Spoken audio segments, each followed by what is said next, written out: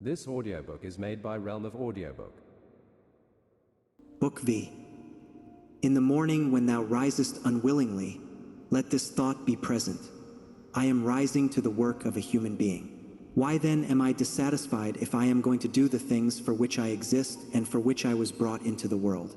Or have I been made for this, to lie in the bedclothes and keep myself warm?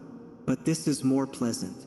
Dost thou exist then to take thy pleasure, and not at all for action or exertion? Dost thou not see the little plants, the little birds, the ants, the spiders, the bees working together to put in order their several parts of the universe? And art thou unwilling to do the work of a human being? And dost thou not make haste to do that which is according to thy nature? But it is necessary to take rest also. It is necessary, however, nature has fixed bounds to this too.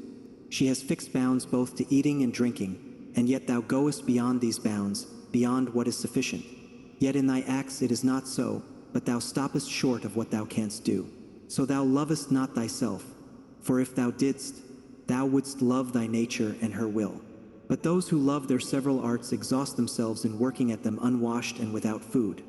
But thou valuest thy own nature less than the turner values the turning art, or the dancer the dancing art, or the lover of money values his money, or the vainglorious man his little glory.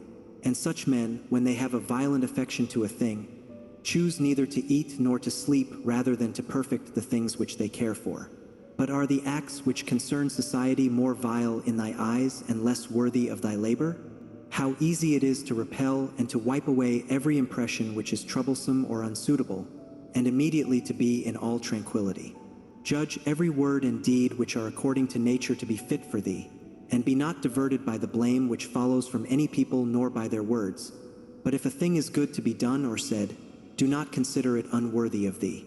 For those persons have their peculiar leading principle and follow their peculiar movement, which things do not thou regard, but go straight on, following thy own nature and the common nature, and the way of both is one. I go through the things which happen according to nature until I shall fall and rest, breathing out my breath into that element out of which I daily draw it in, and falling upon that earth out of which my father collected the seed, and my mother the blood, and my nurse the milk, out of which during so many years I have been supplied with food and drink, which bears me when I tread on it and abuse it for so many purposes. Thou sayest, men cannot admire the sharpness of thy wits. Be it so, but there are many other things of which thou canst not say, I am not formed for them by nature. Show those qualities then which are altogether in thy power: sincerity, gravity, endurance of labor, aversion to pleasure, contentment with thy portion and with few things, benevolence, frankness, no love of superfluity, freedom from trifling magnanimity. Dost thou not see how many qualities thou art immediately able to exhibit, in which there is no excuse of natural incapacity and unfitness, and yet thou still remainest voluntarily below the mark? Or art thou compelled through being defectively furnished by nature to murmur, and to be stingy, and to flatter, and to find fault with thy poor body, and to try to please men, and to make great display, and to be so restless in thy mind? No, by the gods! But thou mightest have been delivered from these things long ago. Only if in truth thou canst be charged with being rather slow and dull of comprehension, thou must exert thyself about this also, not neglecting it nor yet taking pleasure in thy dullness. One man, when he has done a service to another, is ready to set it down to his account as a favor conferred. Another is not ready to do this, but still in his own mind he thinks of the man as his debtor, and he knows what he has done. A third in a manner does not even know what he has done, but he is like a vine which has produced grapes, and seeks for nothing more after it has once produced its proper fruit. As a horse when he has run, a dog when he has tracked the game, a bee when it has made the honey, so a man when he has done a good act does not call out for others to come and see, but he goes on to another act, as a vine goes on to produce again the grapes in season. Must a man then be one of these, who in a manner act thus without observing it? Yes. But this very thing is necessary, the observation of what a man is doing. For, it may be said, it is characteristic of the social animal to perceive that he is working in a social manner, and indeed to wish that his social partner also should perceive it. It is true what thou sayest, but thou dost not rightly understand what is now said. And for this reason thou wilt become one of those of whom I spoke before, for even they are misled by a certain show of reason.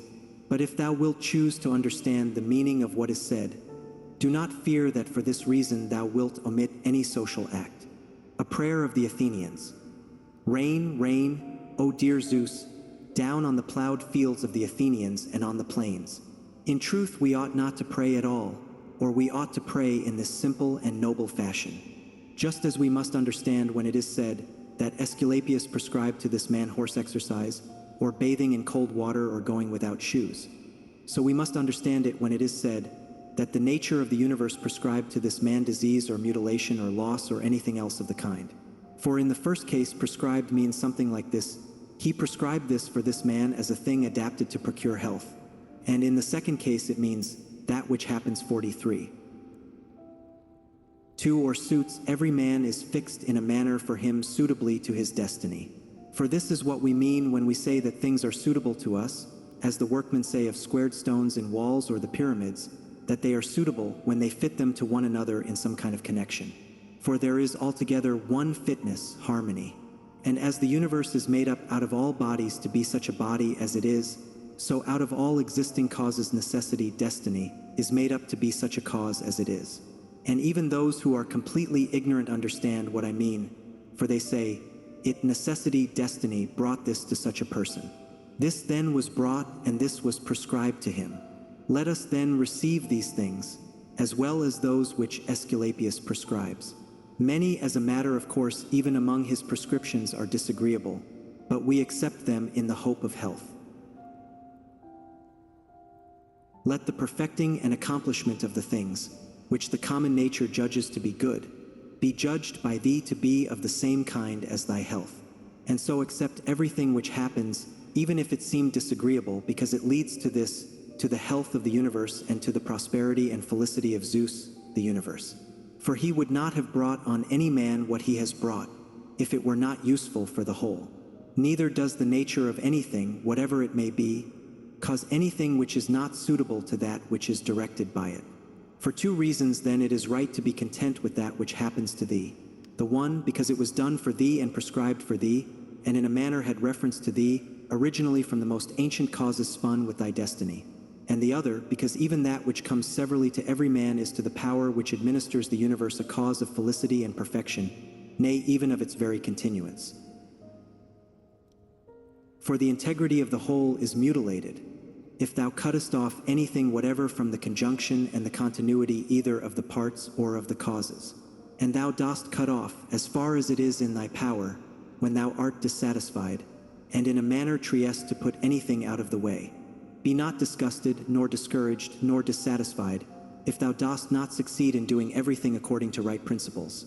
But when thou hast failed, return back again, and be content if the greater part of what thou doest is consistent with man's nature, and love this to which thou returnest. And do not return to philosophy as if she were a master, but act like those who have sore eyes and apply a bit of sponge and egg, or as another applies a plaster, or drenching with water.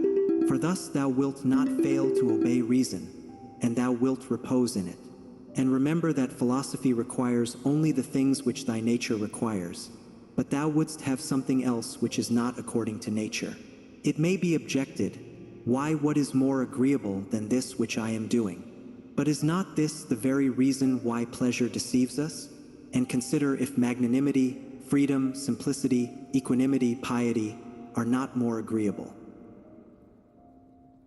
For what is more agreeable than wisdom itself, when thou thinkest of the security and the happy course of all things which depend on the faculty of understanding and knowledge? Things are in such a kind of envelopment that they have seemed to philosophers, not a few nor those common philosophers, altogether unintelligible. Nay, even to the Stoics themselves they seem difficult to understand, and all our assent is changeable. For where is the man who never changes?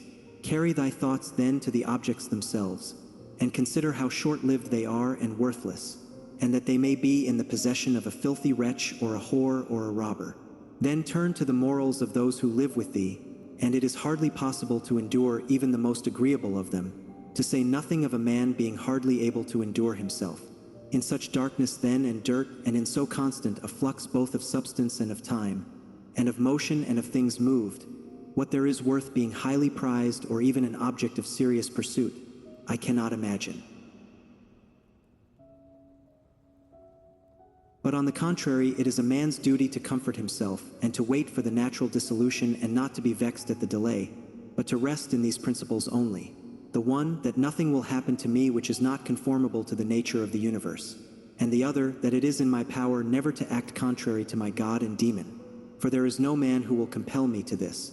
About what am I now employing my own soul? On every occasion I must ask myself this question, and inquire, what have I now in this part of me which they call the ruling principle? And whose soul have I now? That of a child, or of a young man, or of a feeble woman, or of a tyrant, or of a domestic animal, or of a wild beast? What kind of things those are which appear good to the many, we may learn even from this. For if any man should conceive certain things as being really good, such as prudence, temperance, justice, fortitude, he would not, after having first conceived these, endure to listen to anything which should not be in harmony with what is really good. But if a man has first conceived as good the things which appear to the many to be good, he will listen and readily receive as very applicable that which was said by the comic writer. Thus even the many perceive the difference. For were it not so, this saying would not offend and would not be rejected in the first case, while we receive it when it is said of wealth, and of the means which further luxury and fame, as said fitly and wittily. Go on then and ask if we should value and think those things to be good, to which after their first conception in the mind the words of the comic writer might be aptly applied, that he who has them, through pure abundance, has not a place to ease himself in. I am composed of the formal and the material, and neither of them will perish into non-existence, as neither of them came into existence out of non-existence. Every part of me then will be reduced by change into some part of the universe, and that again will change into another part of the universe, and so on forever. And by consequence of such a change I too exist, and those who begot me, and so on forever in the other direction. For nothing hinders us from saying so, even if the universe is administered according to definite periods of revolution. Reason and the reasoning art, philosophy, are powers which are sufficient for themselves and for their own works. They move then from a first principle which is their own, and they make their way to the end which is proposed to them. And this is the reason why such acts are named katorthesis, or right acts, which word signifies that they proceed by the right road. None of these things ought to be called a man's, which do not belong to a man as man. They are not required of a man, nor does man's nature promise them, nor are they the means of man's nature attaining its end. Neither then does the end of man lie in these things, nor yet that which aids to the accomplishment of this end, and that which aids towards this end is that which is good. Besides, if any of these things did belong to man, it would not be right for a man to despise them and to set himself against them, nor would a man be worthy of praise who showed that he did not want these things, nor would he who stinted himself in any of them be good, if indeed these things were good. But now the more of these things a man deprives himself of, or of other things like them, or even when he is deprived of any of them, the more patiently he endures the loss, just in the same degree he is a better man. Such as are thy habitual thoughts, such also will be the character of thy mind. For the soul is dyed by the thoughts. Dye it then with a continuous series of such thoughts as these. For instance, that where a man can live, there he can also live well. But he must live in a palace. Well then, he can also live well in a palace. And again, consider that for whatever purpose each thing has been constituted, for this it has been constituted, and towards this it is carried, and its end is in that towards which it is carried. And where the end is, there also is the advantage and the good of each thing. Now the good for the reasonable animal is society. For that we are made for society has been shown above. Point 44. Is it not plain that the inferior exist for the sake of the superior? But the things which have life are superior to those which have not life, and of those which have life the superior are those which have reason. To seek what is impossible is madness, and it is impossible that the bad should not do something of this kind. Nothing happens to any man which he is not formed by nature to bear. The same things happen to another, and either because he does not see that they have happened, or because he would show a great spirit, he is firm and remains unharmed. It is a shame then that ignorance and conceit should be stronger than wisdom. Things themselves touch not the soul, not in the least degree, nor have they admission to the soul, nor can they turn or move the soul. But the soul turns and moves itself alone, and whatever judgments it may think proper to make, such it makes for itself the things which present themselves to it. In one respect man is the nearest thing to me, so far as I must do good to men and endure them. But so far as some men make themselves obstacles to my proper acts, man becomes to me one of the things which are indifferent, no less than the sun or wind or a wild beast. Now it is true that these may impede my action, but they are no impediments to my affects and disposition, which have the power of acting conditionally and changing. For the mind converts and changes every hindrance to its activity into an aid, and so that which is a hindrance is made a furtherance to an act, and that which is an obstacle on the road helps us on this road. Reverence that which is best in the universe, and this is that which makes use of all things and directs all things. And in like manner also reverence that which is best in thyself, and this is of the same kind as that. For in thyself also that which makes use of everything else is this, and thy life is directed by this. That which does no harm to the state does no harm to the citizen. In the case of every appearance of harm apply this rule: if the state is not harmed by this, neither am I harmed. But if the state is harmed, thou must not be angry with him who does harm to the state. Show him where his error is. Often think of the rapidity with which things pass by and disappear, both the things which are and the things which are produced. For substance is like a river in a continual flow, and the activities of things are in constant change, and the causes work in infinite varieties, and there is hardly anything which stands still. And consider this which is near to thee, this boundless abyss of the past and of the future in which all things disappear. How then is he not a fool who is puffed up with such things or plagued about them and makes himself miserable? For they vex him only for a time and a short time. Think of the universal substance, of which thou hast a very small portion, and of universal time, of which a short and indivisible interval has been assigned to thee, and of that which is fixed by destiny, and how small a part of it thou art. Does another do me wrong? Let him look to it. He has his own disposition, his own activity. I now have what the universal nature wills me to have, and I do what my nature now wills me to do. Let the part of thy soul which leads and governs be undisturbed by the movements in the flesh, whether of pleasure or of pain, and let it not unite with them, but let it circumscribe itself and limit those affects to their parts. But when these effects rise up to the mind by virtue of that other sympathy that naturally exists in a body which is all one, then thou must not strive to resist the sensation, for it is natural. But let not the ruling part of itself add to the sensation the opinion that it is either good or bad. Live with the gods, and he does live with the gods who constantly shows to them.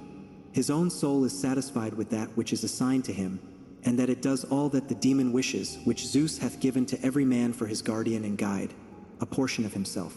And this is every man's understanding and reason. Art thou angry with him whose armpits stink? Art thou angry with him whose mouth smells foul? What good will this danger do thee? He has such a mouth, he has such armpits. It is necessary that such an emanation must come from such things. But the man has reason, it will be said, and he is able, if he takes pain, to discover wherein he offends. I wish thee well of thy discovery. Well then, and thou hast reason, by thy rational faculty stir up his rational faculty. Show him his error, admonish him. For if he listens, thou wilt cure him, and there is no need of anger. Neither tragic actor nor whore. 45. As thou intendest to live when thou art gone out, so it is in thy power to live here. But if men do not permit thee, then get away out of life, yet so as if thou wert suffering no harm. The house is smoky, and I quit at point 46. Why dost thou think that this is any trouble? But so long as nothing of the kind drives me out, I remain, am free, and no man shall hinder me from doing what I choose. And I choose to do what is according to the nature of the rational and social animal. The intelligence of the universe is social. Accordingly, it has made the inferior things for the sake of the superior, and it has fitted the superior to one another. Thou sayest how it has subordinated, coordinated, and assigned to everything its proper portion, and has brought together into concord with one another the things which are the best. How hast thou behaved hitherto to the gods, thy parents, brethren, children, teachers, to those who looked after thy infancy, to thy friends, kinsfolk, to thy slaves? Consider if thou hast hitherto behaved to all in such a way that this may be said of thee, never has wronged a man in deed or word. And call to recollection both how many things thou hast passed through, and how many things thou hast been able to endure, and that the history of thy life is now complete and thy service is ended, and how many beautiful things thou hast seen, and how many pleasures and pains thou hast despised, and how many things called honorable thou hast spurned, and to how many ill-minded folks thou hast shown a kind disposition. Why do unskilled and ignorant souls disturb him who has skill and knowledge? What soul then has skill and knowledge? That which knows beginning and end, and knows the reason which pervades all substance and through all time by fixed periods revolutions, administers the universe. Soon, very soon, thou wilt be ashes or a skeleton, and either a name or not even a name. But name is sound and echo. And the things which are much valued in life are empty and rotten and trifling, and like little dogs biting one another, and little children quarreling, laughing, and then straightway weeping. But fidelity and modesty and justice and truth are fled up to Olympus from the widespread earth. Hesiod, Works, etc. v. 197. What then is there which still detains thee here? If the objects of sense are easily changed and never stand still, and the organs of perception are dull and easily receive false impressions, and the poor soul itself is an exhalation from blood. But to have good repute amidst such a world as this is an empty thing. Why then dost thou not wait in tranquility for thy end, whether it is extinction or removal to another state? And until that time comes, what is sufficient? Why, what else than to venerate the gods and bless them, and to do good to men, and to practice tolerance and self-restraint? 47. But as to everything which is beyond the limits of the poor flesh and breath, to remember that this is neither thine nor in thy power. Thou canst pass thy life in an equable flow of happiness, if thou canst go by the right way, and think and act in the right way. These two things are common both to the soul of God and to the soul of man, and to the soul of every rational being, not to be hindered by another, and to hold good to consist in the disposition to justice and the practice of it, and in this to let thy desire find its termination. If this is neither my own badness, nor an effect of my own badness, and the commonweal is not injured, why am I troubled about it? And what is the harm to the commonweal? Do not be carried along inconsiderately by the appearance of things, but give help to all according to thy ability and their fitness. And if they should have sustained loss in matters which are indifferent, do not imagine this to be a damage, for it is a bad habit. But as the old man, when he went away, asked back his foster child's top, remembering that it was a top, so do thou in this case also. When thou art calling out on the rostra, hast thou forgotten, man, what these things are? Yes, but they are objects of great concern to these people. Wilt thou too then be made a fool for these things? I was once a fortunate man, but I lost it, I know not how. But fortunate means that a man has assigned to himself a good fortune, and a good fortune is good disposition of the soul, good emotions, good actions. Point 48. This audiobook is made by Realm of Audiobook.